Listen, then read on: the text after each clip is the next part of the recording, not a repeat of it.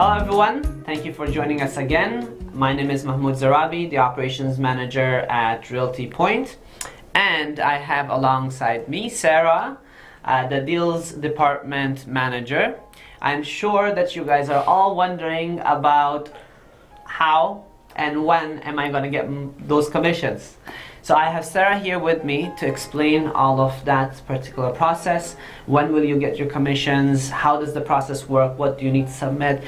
We have quite a lot planned for them. So Sarah, thank you very much for joining us. Hi Mahmoud, how are you today? I'm doing well, thank you. How are you doing? Good, great. Let's start off from the basics. Explain to everyone, what is the Realty Point's Deals Department responsible for? What should they touch base with you guys for?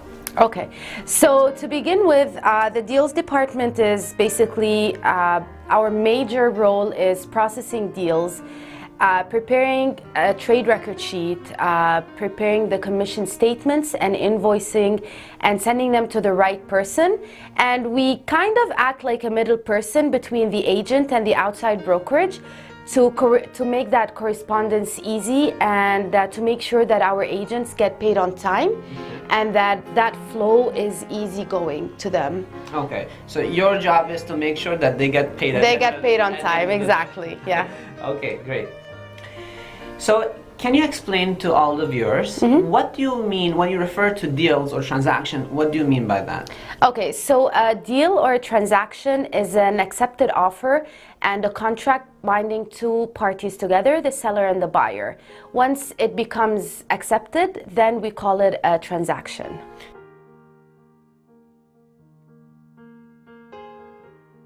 So where should they, let's say I'm an agent, I now have a property I have sold or I've bought a property and the offer is accepted. Yeah. Where should they submit this particular transaction for processing? So once you have an offer accepted, all the documents and paperwork related to that transaction must be sent to office at realtypoint.ca for processing.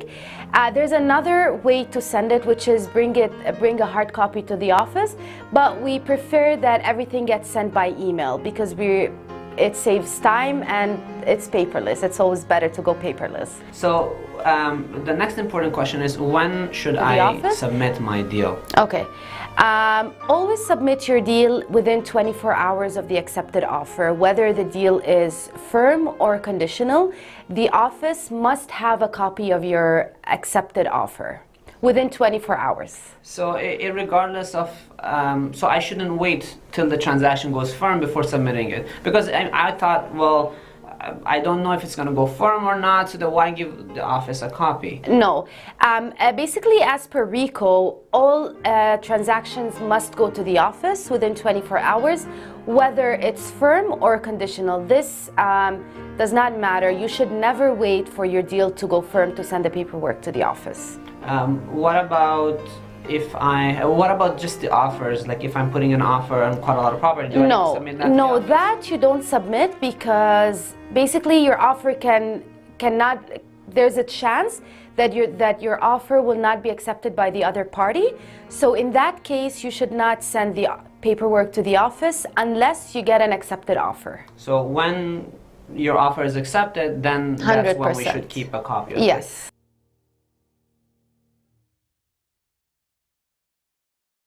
What are all the forms that I need for my transactions? So I'm going to go through the forms that you would need, whether it's listing side, cooperating side, lease, or sale. First of all, of course, we need the agreement of purchase and sale or the listing agreement. Second, it would be the confirmation of cooperation, which is needed for all types of transaction. You have a copy of the deposit along with its receipt, and then you would need a mutual release in case the deal fell through. Form 801 is if you're on the listing side and you had more than one accepted offer, and you would need receipt of funds of records if you're representing the buyer and you have put a deposit on a property. And of course, we need the individual identification form, which is if you're whether on the buyer or the seller side. filling out your client's information in there, and then waivers, amendments, and notice of fulfillment to cancel any type of conditions if you had any on your agreement. And for the pre-construction end, that was not covered between these forms, you would always need a copy of the agreement of purchase and sale. Not all of it, because it's usually 50 to 60 pages. You would only need the front page of that. And the executed broker co-op or broker referral signed by you and the builder. How about a buyer representation agreement or working with Realtor? Yes, of course. Thank you for reminding me. And of course, you would need a buyer representation agreement if you were representing the buyer, and working with Realtor if you're both either on the seller or the buyer side. So in the case that I have a transaction, however, the deal has fallen through, do I still need to submit that? Yes. Those documents? So because there's a mutual release, it means there was an accepted offer on the property. So again, it's an accepted offer. So offers has to be submitted to the office within 24 hours. Okay. Speaking of deals falling through, unfortunately, what's the process like? What forms do I need I guess, once the deal falls through, what do I need to do? So whether you're on the buyer or the seller side and there's a mutual release, agents must fill out the mutual release form and get it signed by both parties, buyer and seller, agreeing to let this deal fall through. And then after that, it has to be executed by both parties, the broker of records for the buyers and the listing side. Okay, sounds good.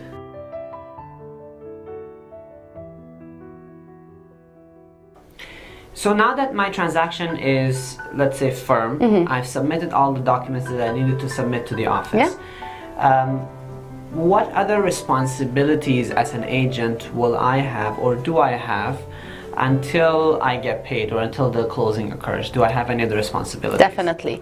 So once the deal is firm, it means that everything is going in the right directions. Yes.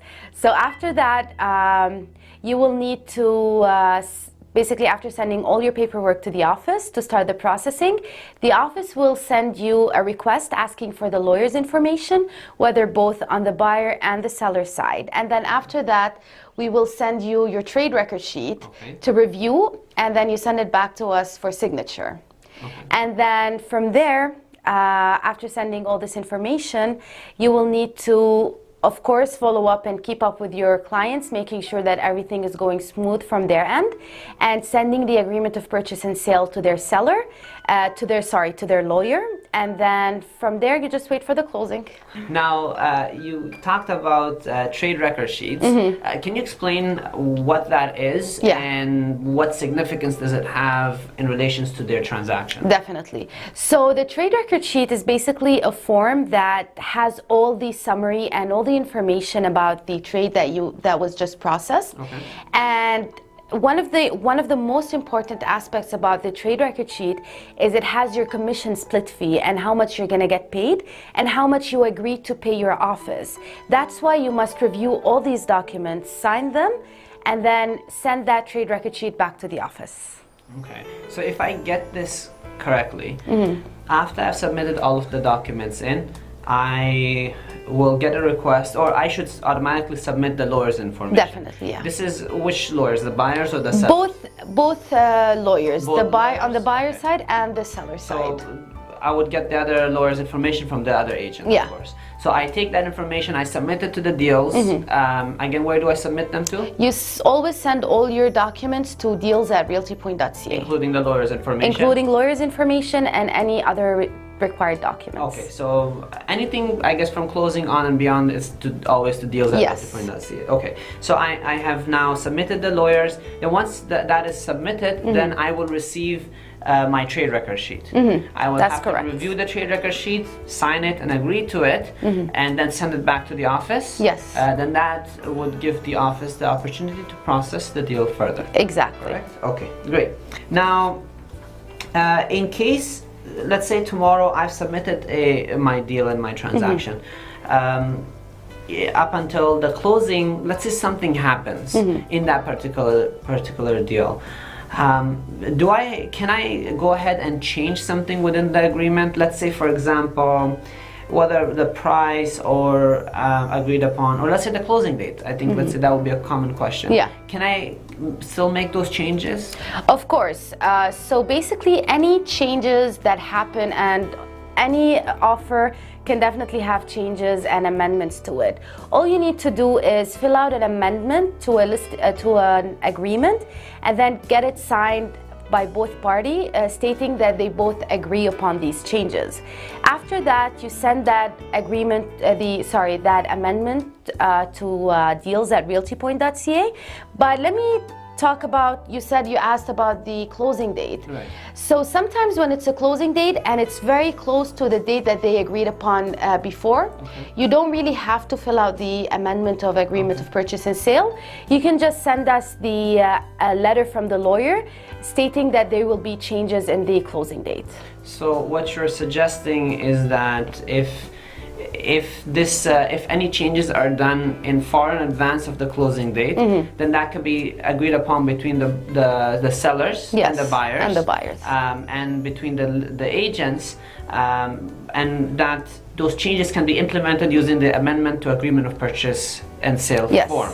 Of course. However, you're saying that if it's close to the closing date, then perhaps the lawyers might need to get involved, or they will be doing those changes accordingly. Exactly. In agreement. So then at that point, we don't need an amendment. No, in that case, you wouldn't need an amendment. All you would need is a letter from the lawyer stating that there's a delay or the closing will be closed earlier.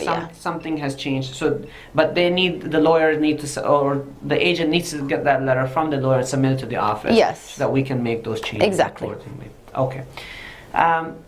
Since we have talked about this transaction and everything else, now is there anything else for me to take care of before I get paid? No, that's it for now. As long as you've signed your trade record sheet, you've submitted all your paperwork to the office, you just have to wait for the closing date. Okay.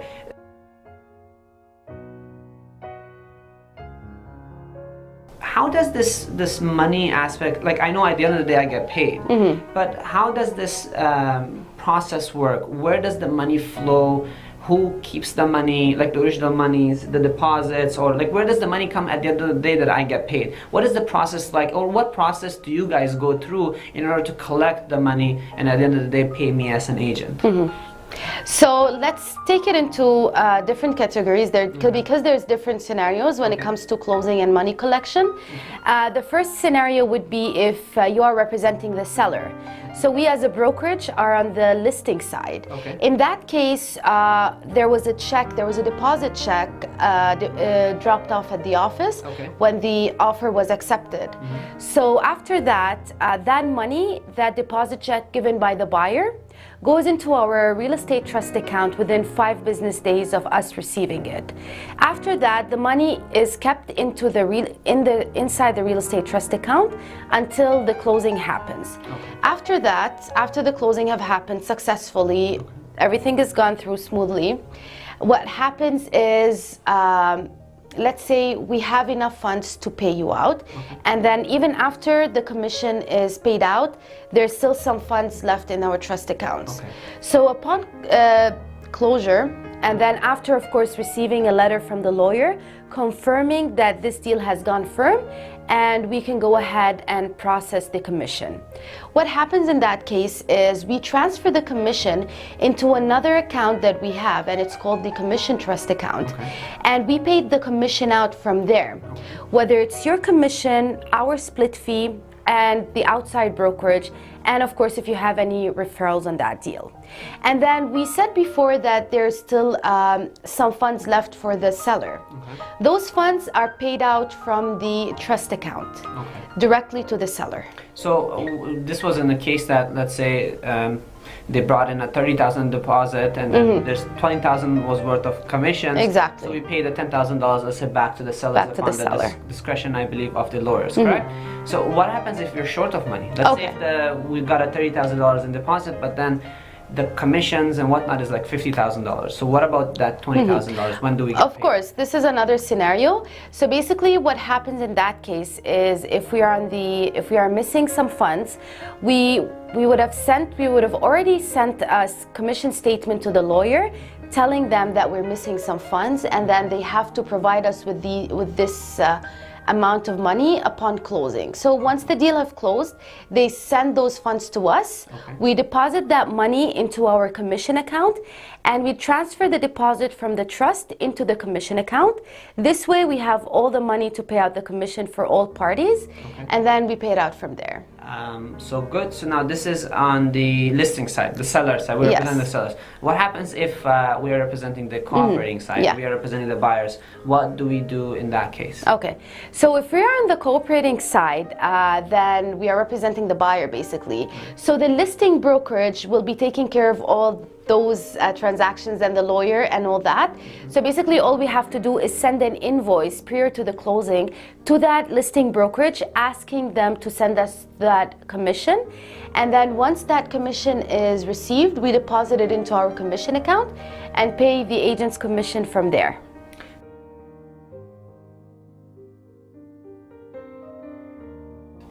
So I understand the flow of the money and how it flows, whether we're on the listing side or we're on the cooperating side. However, I guess the most ultimate question I have is, when am I gonna get paid? Yes, so basically that question, we get asked about it almost every day. That's all agents want to know, when do I get paid? I did this deal, I need my money, of course. So basically when the deal closes and everything is good to go, we've received your commission, there are 2 paydays. We have first payday is Saturday, and the next payday is Wednesday. The cutoff period for Wednesday payday is Friday, and the cutoff period for Saturday payday is Wednesday. So what do you mean by cutoff period? What does that mean? Like cutoff for what? Okay, so cutoff period means when do I receive the check and the processing time. So anything received and processed between Monday and Wednesday mornings will be submitted, and your commission will be received on Saturday. And anything received between Wednesday evening and Friday will be processed and submitted, and you will receive your commission for that on Wednesday. So describe the word anything to me. Anything means checks and commission, whether it's from the lawyer or the outside brokerage. So I have to have my trade record sheet submitted? Yes. Right? I have to have my documents submitted? Of course. What else do I need? Okay. Oh, the so money. We have the to receive money, definitely. That's The most important part. Okay, so all of that we have to have received by the cutoff so that it can be 100%. So always make sure that your office has all your paperwork, has your trade record sheet, and nothing is missing, so you can make sure that your commission is being paid on time. So what are some payment methods that we have? So basically we have 2 types of payment methods. We have the paid by directly into your account, which is paid by EFT, or you can get it through a check, regular check. Okay. We kind of encourage you to get paid by EFT. It's more efficient, timely, and it saves papers basically. So direct deposits. The Yes. most, when or do I need to submit my direct deposit? Who do I need to submit, and when do I need to submit my direct deposit information? So once you join the brokerage, you can submit that along to the onboarding. If you have not submitted yet, you can always send it to us at deals@realtypoint.ca. You can either send us a copy of your void check or a direct deposit statement from your bank stating your bank account information, and that's all what you need to do. In case if I am receiving it in a check format, when and where do I pick it up from? So if you're receiving it through a check format, it will be ready on the paydays, same as any other type of payments. On Wednesdays and on Saturdays, you can pick it up from our head office at 240 Duncan Mill, or if you want, we can send it through a courier to our Mississauga office, and you can pick it up from there. Once that check is sent there, we will page you and let you know. It will not be ready on the payday because we have to send it through a courier. That usually takes between 1 to 2 business days. Okay. How about the vendor balances, or if in case if there's a mutual release, what about those checks? So if there's a mutual release and you are on the listing side and we are the people who are preparing the a check for the vendor, for the buyer usually, because it's a mutual release, so it will be ready at our office within 2 business days from that mutual release being signed. If you're representing the buyer, then you have to go pick up that check from the listing brokerage, after of course getting the mutual release executed by all parties. And once the check is ready, I'm assuming either one of our staff will notify them, or in case if it's the other brokerage will alert them when the check is ready. Exactly. So that they can go ahead Exactly. and pick it up. And in case there's a vendor balance, usually it's ready again with the payday. So on Wednesdays and Saturdays, we will have the vendor balance checks ready. They can pick it up from our head office, or we can get it couriered to the Mississauga office again. And please give it a couple of days for it to arrive there, and then your clients can go pick it up from there. Okay. On the same note, let's say if there's commission checks that needs to arrive to our office, let's say if you're representing the buyers, and we have to get the commission check from the other listing, can our agents, to expedite that process of instead of them mailing it, can they go and pick it up? Of course. From the other brokerage? Yeah. So basically, not a lot of agents, some agents prefer going and picking up their own commission check to make the process go faster. And in that case, what we do is we wait for them to go pick it up and they drop it off at our office.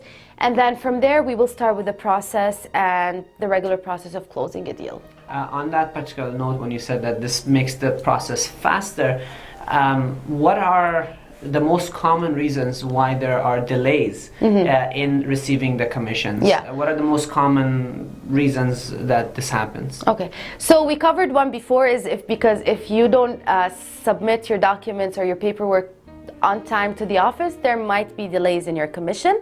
Second most important point as well is Canada Post issues. Sometimes there's delays in the commission check, which is out of our hands, unfortunately. So that will delay the payment of the commission, or sometimes the outside brokerage don't receive the funds from their lawyer on time, so they can't close it on time, and unfortunately that causes some delays as well. Let's say if within those 10 business days or whatnot, I don't receive, let's say we don't receive the funds from or me as an agent don't receive as my commissions, what do I need to do, or what can we do in that particular case? So basically, as you said, the other brokerage has 10 business days to process and send our commission. If the commission was not paid within those 10 business days, then they have to pay us the commission from whatever money they're having in their trust account, and they pay that commission proportionately between the listing brokerage themselves and the cooperating brokerage, us. Okay, and what about the remainder of the funds? The remainder of the funds will be then received, and after that, after they receive the remainder of the funds themselves from the lawyers or any other party paying them, then they will pay us that amount.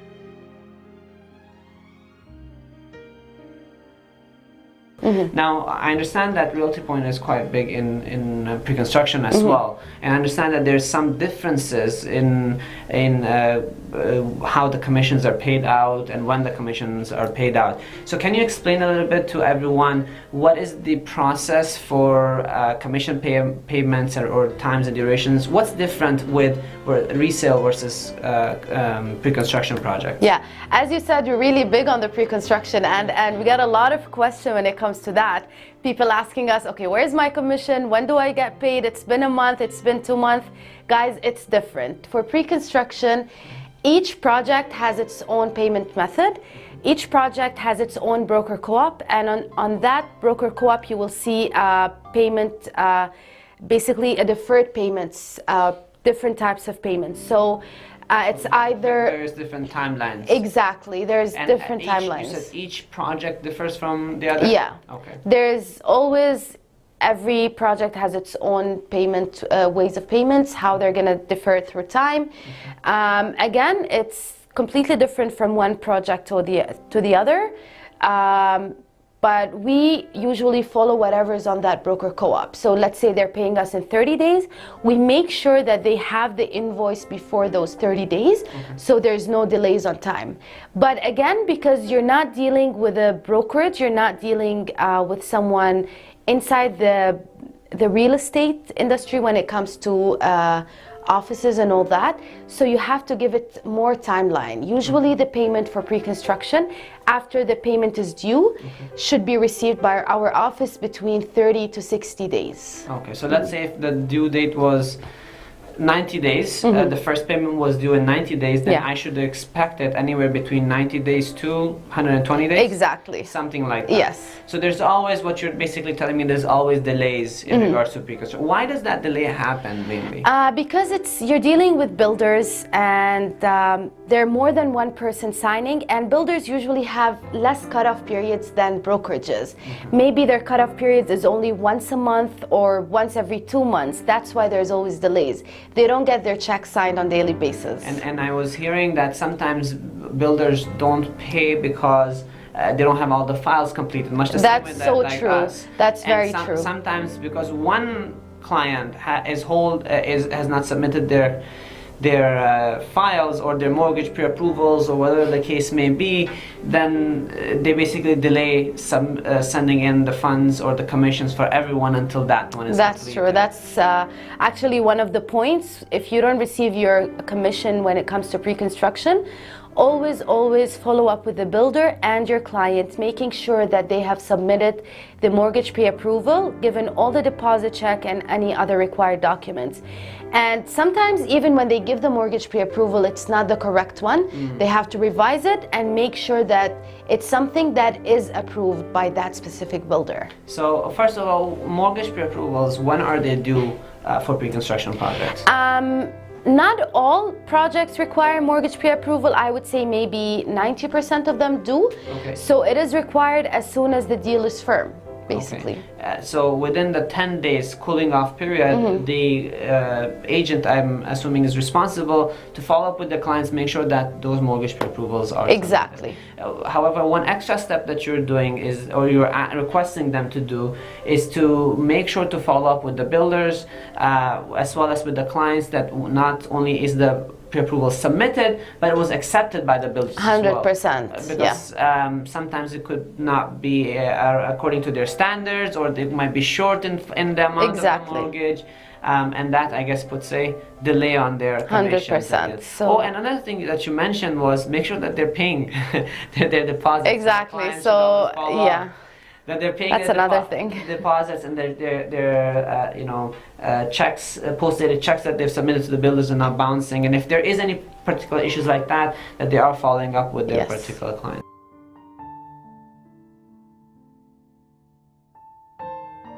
So thank you very much, Sarah. I'm hoping that this was a very educational experience for you. Hopefully you learned quite a lot from this particular session and from this particular video. Hopefully a lot of your questions have been answered, and you finally know when you're gonna get paid. I think at the end of the day, that's the most important, when you're gonna get paid. Hopefully this was very informative. If you have any further questions, feel free to reach out our deals department. How can they reach out? We're always reachable between 9 to 5:30 on weekdays. You can always call us at 647-495-9706. It's either going to be me or any of the other staff, whether it's Jenny, the other deal secretary, or our assistants. Or you can always email us, whether it's on the weekend or weekdays, at deals@realtypoint.ca with any questions or concerns you have. Sarah, thank you very much, and thank you for joining us. Thank you.